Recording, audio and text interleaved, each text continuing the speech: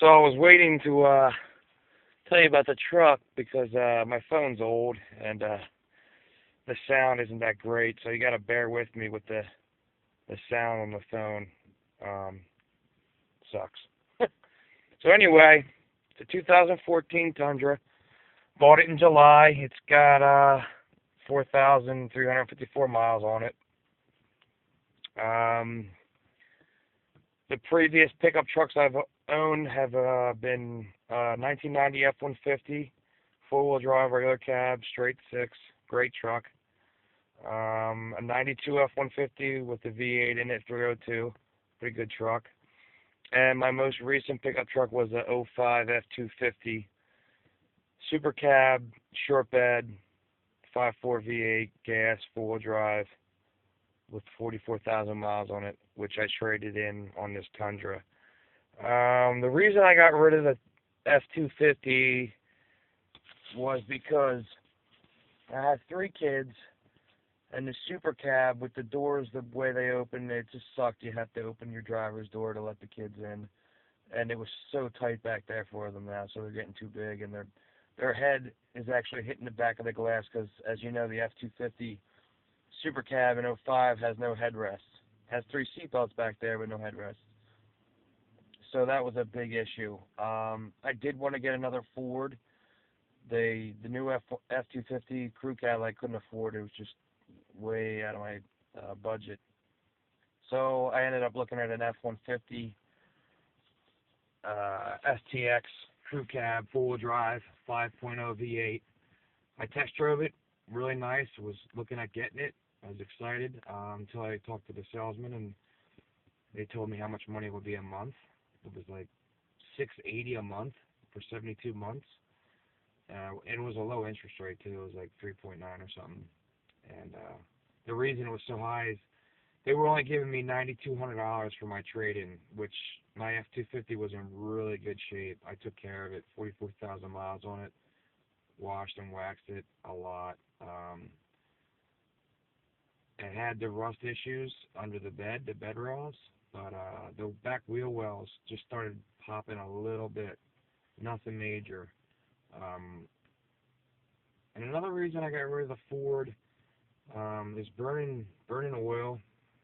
The front axle, the seals I replaced twice. Upper and lower ball joints I had to replace. Two wheel bearings. I mean, I did go off-roading a lot, underwater and stuff, although it was in great condition because I took care of it afterwards. It was a great truck. I mean, other than those issues, the check engine light would come on once in a while. With it had a left bank running lean was the code for it. But it was a good truck. It never let me down. I recovered a lot of cars with that truck. So he told me $680 a month. I couldn't do that. I went to another Ford dealership, a big Ford dealership, so I thought I could get a better deal. I looked at the same truck, F-150, 2014, crew cab, short bed, STX, no backup camera, no six-way power seat, 5.0 V8, and he was the same thing. He was, $9,400 trade-in, and it was close to $700 a month. I said, there's no way. So basically, if you want the Ford, you have to pay for it, and they really don't care. They just let me walk out the door. They didn't even want to negotiate anything with me.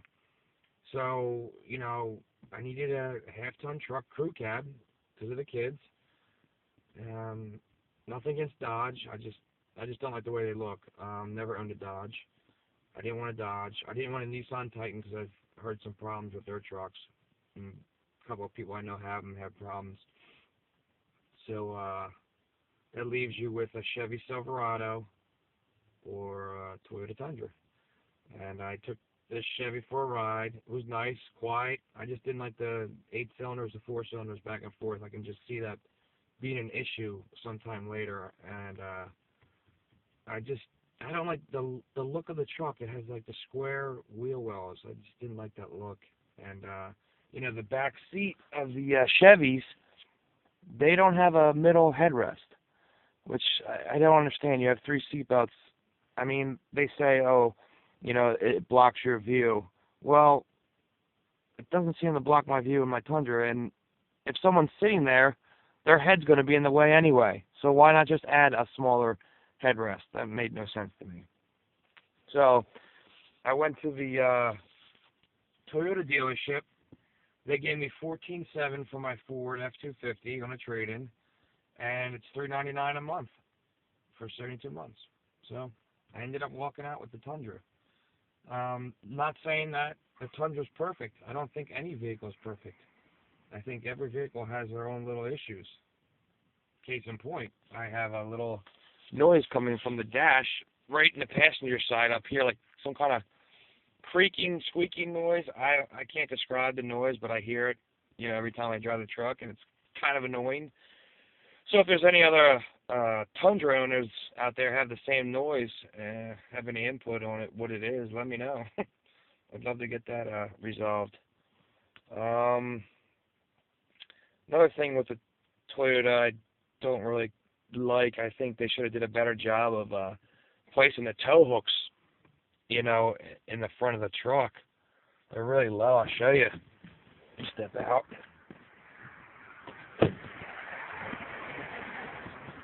I mean, you can't even see them really from here. You got to come down. There they are, real low. And the Fords, they're like up here, which are a lot convenient. Even the F-150s have them up here, and the F-250s are in a real nice spot. So that's one thing I don't like about the Tundra. I put the tonneau cover on, tinted the front windows as well. It's the TRD, which I think they should have a rear locker and a TRD. That's just my opinion. It does have the backup camera right here, which is nice. And then I put that stuff down to protect the bed. And then there's a toolbox I put up too for all my stuff. I mean, it's a good truck.